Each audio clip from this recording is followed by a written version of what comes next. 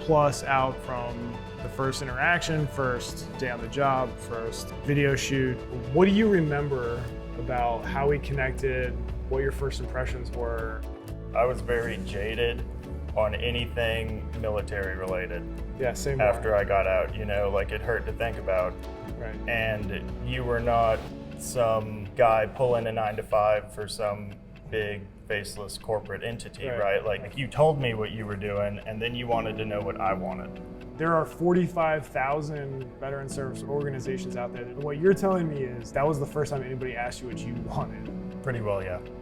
I mean, that's crazy, right? When we started working together, we started talking about how we're going to solve a skilled labor shortage, right? Yeah, so it was something that has probably always resonated with me, that this is a valuable and honorable industry or trade to be in, and for some reason, people don't want to do it. You had a young veteran who couldn't find a job, moved halfway across the country and started doing one of the toughest jobs there is. What was going through your head that first day?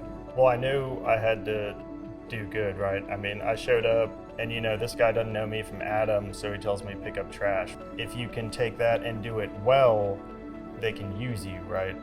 So, I mean, I picked up all the trash on that entire job site. So you met Jack yesterday. He called me, he said, hey, this kid picks up trash like it matters. You know, which is, you know, maybe the best feedback you can possibly get. Did you ever think about quitting?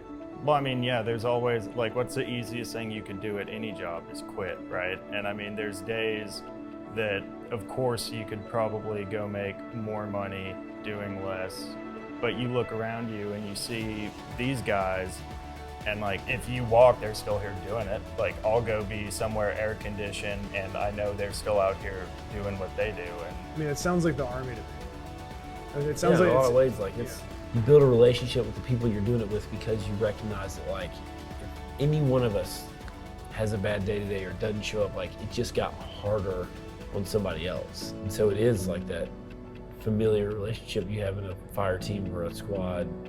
It's so different from the military in the sense that the military is so like structured, and out here you can do one building one way, but the next one may need to be backwards just because of material demand, supply, weather.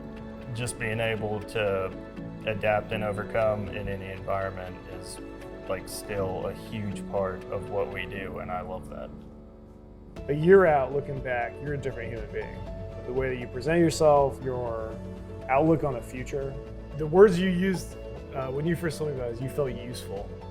Very much so. Just stuff I've picked up here. I could go anywhere, and if there's somebody that knows what they're doing, I know not necessarily how to do the job, but how to work.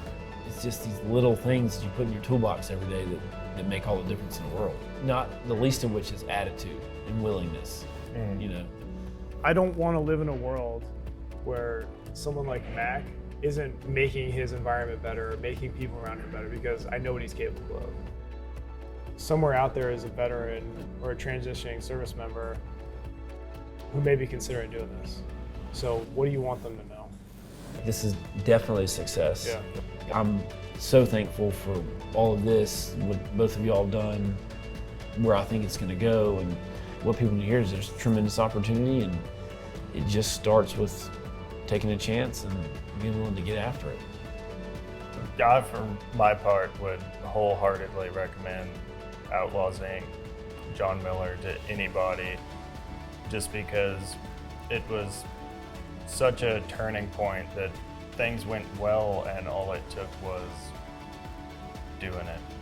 Yeah, I mean, from my perspective, it was weekly conversations, like a genuine concern for the things that you cared about, and some element of coordination between the three of us.